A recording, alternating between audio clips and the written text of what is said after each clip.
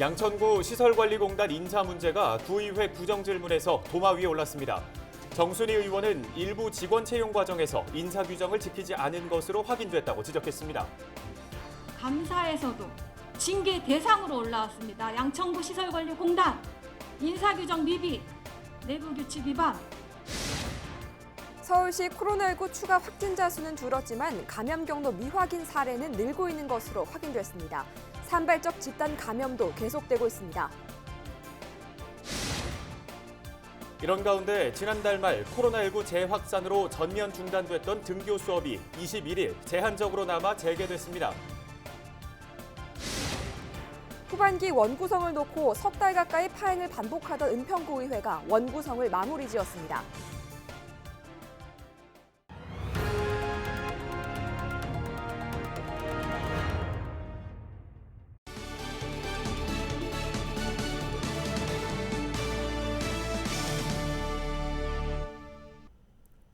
시청자 여러분 안녕하십니까? 헬로티비 뉴스 시작합니다. 오늘의 첫 소식입니다. 양천구의회 임시회에서 시설관리공단의 채용 절차 문제가 도마 위에 올랐습니다. 정순희 의원은 인사 규정을 제대로 지키지 않았다고 지적했습니다. 김수영 구청장은 적법한 절차를 따랐다며 문제가 없다고 맞섰습니다. 심다혜 기자가 취재했습니다. 양천구 시설관리공단의 인사 규정입니다. 내용을 보면 공단의 경영기획팀장과 양천구 체육센터 세 곳의 관장은 개방형으로 임용할 수 있다고 명시돼 있습니다. 외부 인사를 영입하라는 겁니다. 18일 구정질문에 나선 정순희 양천구 의원은 공단이 해당 규정을 제대로 지키지 않았다고 지적했습니다.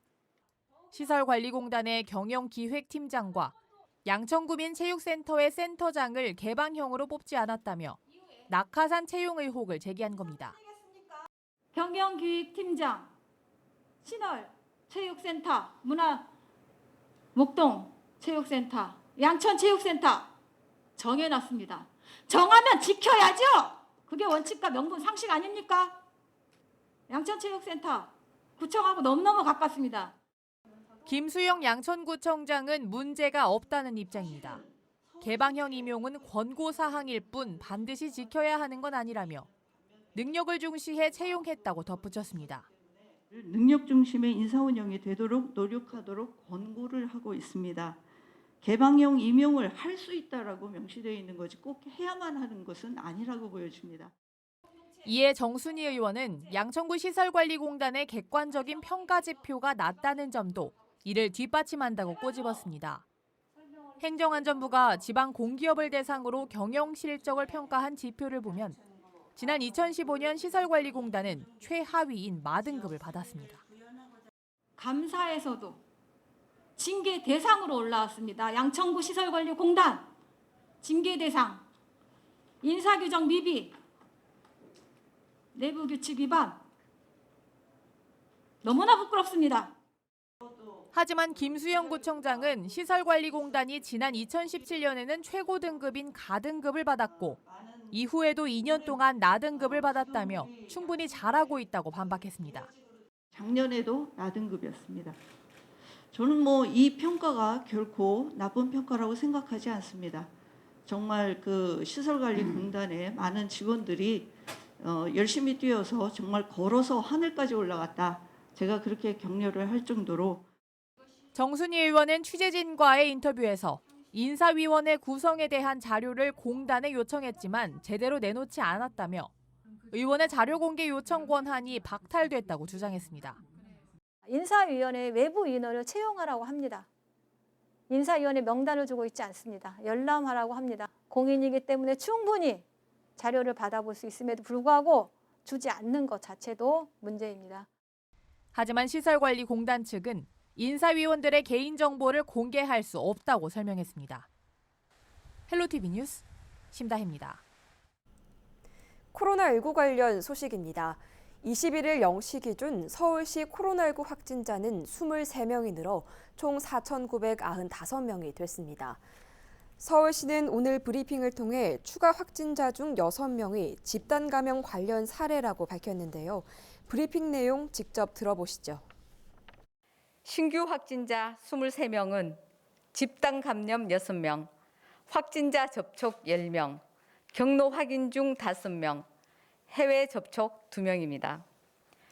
주요 집단 감염은 관악구 소재 사우나 1명, 강남구 소재 대우 디오빌 1명, 관악구 지인 모임 4명입니다. 서울시는 지난주 대비 코로나19 확진자 수는 줄었지만 감염 경로를 알 수 없는 사례가 여전히 많다며 거리 두기를 지키며 최대한 외출을 자제해달라고 호소했습니다. 이어서 은평구의 코로나19 발생 현황 살펴봅니다. 김미경 은평구청장과 화상 연결돼 있습니다. 구청장님 안녕하십니까? 안녕하세요. 반갑습니다. 은평구청장 김미경입니다. 네, 추가 확진자 발생 수가 조금 줄어든 것 같은데 어떤가요?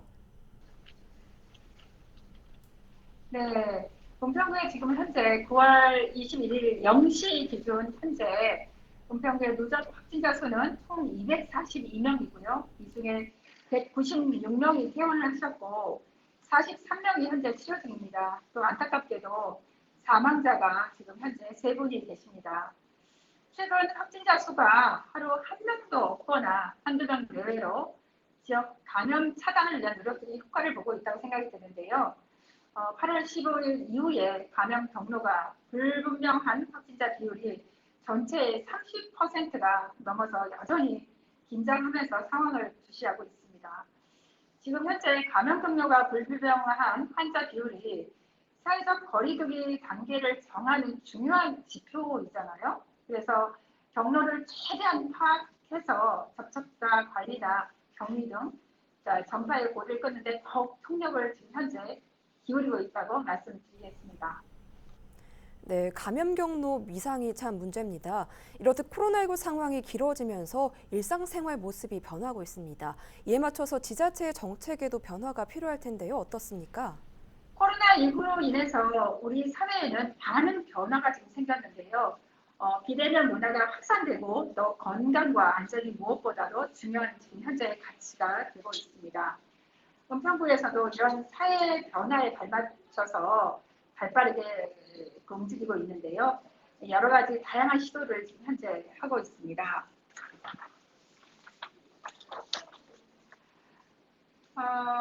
임신 중이거나 아이를 둔 가정은 물론 주기적으로 이제 이분들이 병원을 가야 되는데요.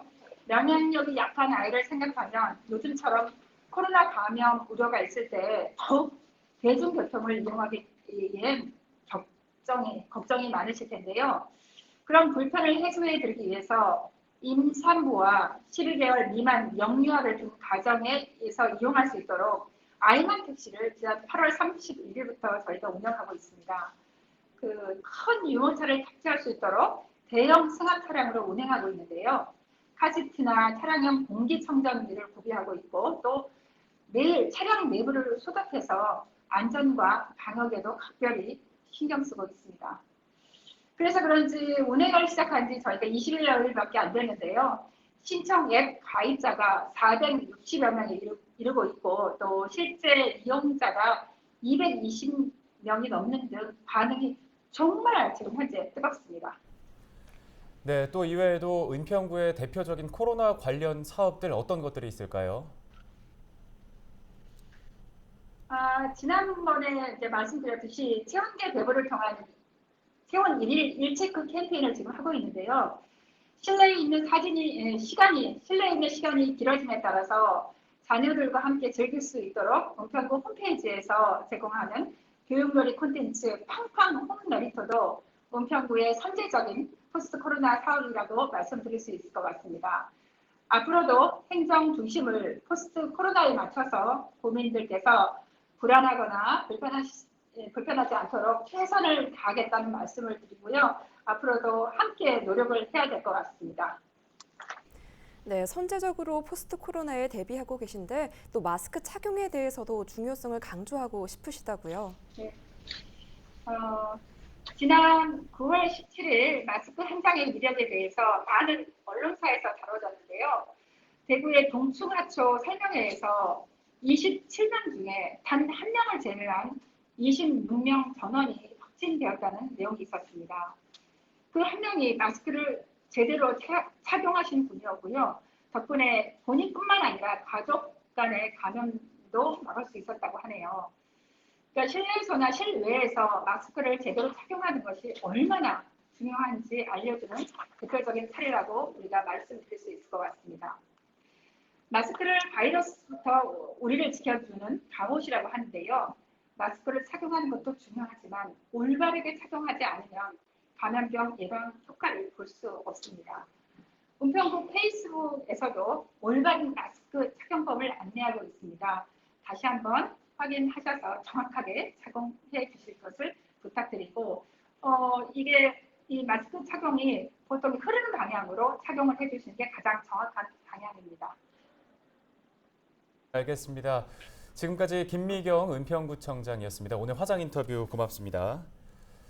네, 이어서 교육계 소식을 좀 짚어보죠. 이런 가운데 지난달 말 코로나19의 재확산으로 중단이 됐던 등교 수업이 제한적으로나마 재개됐습니다. 등교가 중단된 지 약 한 달 만인데요. 교육당국은 추석 연휴 이후 코로나19 확산 상황에 따라 등교 수업 확대 여부를 결정할 계획입니다. 김진재 기자입니다. 마스크를 낀 아이들이 하나둘씩 교문으로 들어갑니다. 기다리고 있던 선생님들은 아이들과 반갑게 인사합니다. 코로나19 재확산으로 중단됐던 등교가 다시 시작된 겁니다. 지난달 26일 전면 원격 수업으로 전환된 지 26일 만입니다. 친구들 만나서 기분 좋아요. 21일부터 등교는 재개됐지만 사회적 거리두기 조치에 따라 등교 인원은 최소화됩니다. 유치원과 초중학교는 전체 학생의 3분의 1 이내로, 고등학교는 3분의 2 이내로 등교 인원이 제한됩니다. 학교에 가지 않는 날에는 이전과 마찬가지로 원격 수업을 듣습니다. 한 달 내내 집에서 아이들과 씨름하던 학부모들은 제한적으로나마 등교가 재개되자 한시름 덜었습니다. 주변 엄마들하고 얘기를 할 때 추석 전에는 힘들지 않을까라는 생각을 많이 하고 있었어요. 근데 이렇게 추석 전에 등교가 재개돼서 참 다행이라고 생각하고 있습니다. 교육당국은 추석 연휴 특별 방역 기간을 고려해 다음 달 11일까지 등교와 원격 수업을 병행할 예정입니다. 이후 코로나19 확산 상황에 따라 등교 수업 확대 여부를 결정할 계획입니다. 10월 12일부터 등교 수업일을 더 확대할지 여부에 대해서는 감염증 추이와 지역별 상황을 종합적으로 고려해서 지역의 상황과 특성을 최대한 반영하도록 할 예정입니다. 수도권을 중심으로 확산하던 코로나19가 점차 안정되면서 컴퓨터로 수업을 듣던 아이들도 늦게나마 2학기 첫 등교를 시작했습니다. 헬로티비 뉴스 김진재입니다. 다음 소식입니다. 양천 소각장 폐쇄를 촉구하는 청원이 서울시의회 본회의를 통과했습니다. 지역 주민들의 수건인 소각장 폐쇄 목표까지 한 걸음 다가섰다고 볼 수 있는데요. 신정호 서울시 의원 화상 연결해서 자세한 이야기 들어보겠습니다. 네, 의원님 안녕하십니까? 네, 안녕하세요. 저는 서울시의회 환경수자원위원회에 소속되어 있는 신정호 의원입니다. 반갑습니다. 네, 이번에 통과된 청원이 어떤 내용인지부터 설명해 주시죠. 네, 이번 청원은 한마디로 양천 소각장 이제 좀 많이 사용했으니까 이제 그만 좀 폐쇄를 천명하고 그 대안을 준비하자라는 그런 내용입니다. 이 청원은 그 양천 소각장 폐쇄 추진위원회 위원장 외에 2만 1,000여 명의 주민들께서 연설을 해주셨는데요. 좀 더 구체적으로 말씀드리면 우리 양천 소각장이 1986년부터 시작해서 현재 1일 400톤 규모로 양천, 강서, 영등포의 쓰레기를 소각하고 있습니다. 더구나 그 피해 영향권이 반경 2.5km인데 우리 양천 소각장의 경우 바로 옆 10m 이내부터 시작해서 42,989세대의 주거지와 그다음에 24개의 초중고가 있는 등 전국 168개의 소각시설 중 집단 주거지에 가장 근접해 있는 시설입니다. 때문에 이제는 양천 주민들이 좀 쾌적한 주거 생활권을 보장받고 싶다 하는 그런 내용입니다. 네. 그런데 이 소각시설은 일반적으로 사용 연한이 15년이잖아요. 양천 소각장은 작년에 진행된 기술 진단에서 유지 보수를 하면 사용 연한을 10년 이상 더 늘릴 수 있다 이런 결과가 나왔거든요. 이런 상황에서 청원이 통과가 됐다고 해도 당장 이 폐쇄 결정이 나오는 건 아닐 것 같은데요. 물론 그 폐축법에 명시된 내구 연한은 없습니다만 그 생활 폐기물 소각시설 설치 운영 지침 2012년도에 있는 운영 지침인데요. 그 해설서에 따르면 소각시설은 보통 15년을 기준으로 하긴 하지만 국내 대형 생활 폐기물 소각시설의 경우는 약 20년 이상 사용이 가능할 것이라 이렇게 기술하고 있고요. 또는 그 30년 이상 사용한 왜곡 사례도 거론하고 있습니다. 그런데 우리 양천은 이미 34년가량을 사용한 거고요. 여기다 2019년 작년이죠. 양천 자원회수시설 기술 진단 용역 결과 주기적 점검과 주요 설비 등의 교체 유지 보수를 통해서 향후 10에서 15년은 더 운영이 가능하다라는 결과가 나왔습니다. 그러면 현재 34년에다가 최대 15년이 추가되면 결국 50년 가까이 사용하게 되는 셈이 되죠. 그래서 이 현재 시설을 유지 보수 등을 통해서 향후 10에서 15년을 더 사용할 수 있다고 가정할 때 지금부터 그 연한을 염두에 두고 폐쇄를 대비한 그런 대안을 찾아야 할 시점이다라고 생각하시면 되고요. 통상 이런 기피 시설들의 대안을 찾기에는 또한 많은 시간들이 소요되므로 지금부터 중장기적인 계획을 수립하여야 마땅하다 그렇게 생각을 하고 있습니다. 네, 또 청원이 시의회를 통과하면 이후에는 어떤 절차를 거치게 되는지도 궁금합니다. 네, 일단 그 서울시의 공식 청원이 채택되었으니까 서울시 해당 집행부는 이 청원의 주요 내용을 심도 있게 검토하고 1차적으로 90일 이내에 공식적인 답변을 내놓아야 합니다. 이 공식적인 답변을 제출했다고 해서 뭐 끝난 것은 아니고요. 청원의 내용처럼 부합되도록 노력을 함께 해야 되는 거죠. 그래서 저는 가령 좀 이런 아이디어를 한번 생각해 봅니다. 우리 양천 소각장 폐쇄를 위해서 우리 양천에 민관정 협의체 같은 것들을 만들었으면 좋겠고요. 그 협의체에서 진행 사항들을 함께 논의하고 소통하고 대응할 필요가 있다라고 생각을 합니다. 그거를 통해서 또 서울시 집행부가 가지고 있는 계획들도 함께 논의하고 소통해서 이 청원의 취지와 목적에 부합하도록 함께 해야 된다. 그런 생각을 하고 있습니다. 네, 잘 알겠습니다. 오늘 도움 말씀은 여기까지 듣겠습니다. 지금까지 신정호 서울시 의원이었습니다.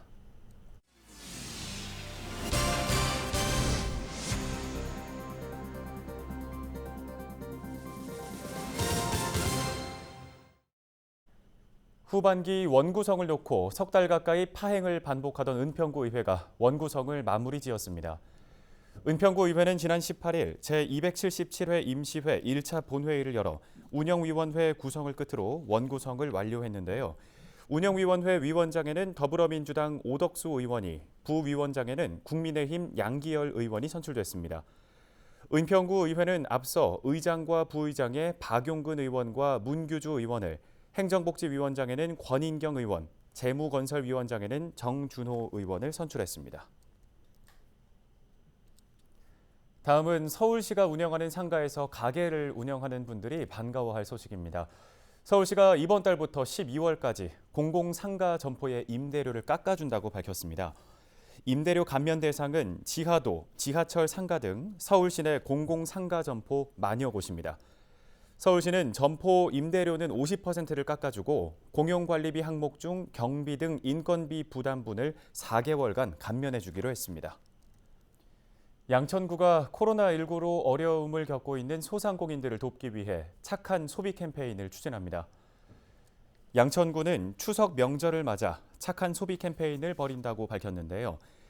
이번 캠페인은 지역 내 음식점과 미용실 등에서 10만 원 이상을 쓰고 그 영수증을 모아 동주민센터에 제출하면 마스크 등을 지급하는 방식으로 진행됩니다. 영수증 모아오기 이벤트는 지난 15일부터 시작됐으며 상품은 선착순으로 지급되는데요. 양천구는 또 지역 서점을 돕기 위해 내년 개관 예정인 중앙도서관 도서 일부를 미리 구입하기로 결정했습니다.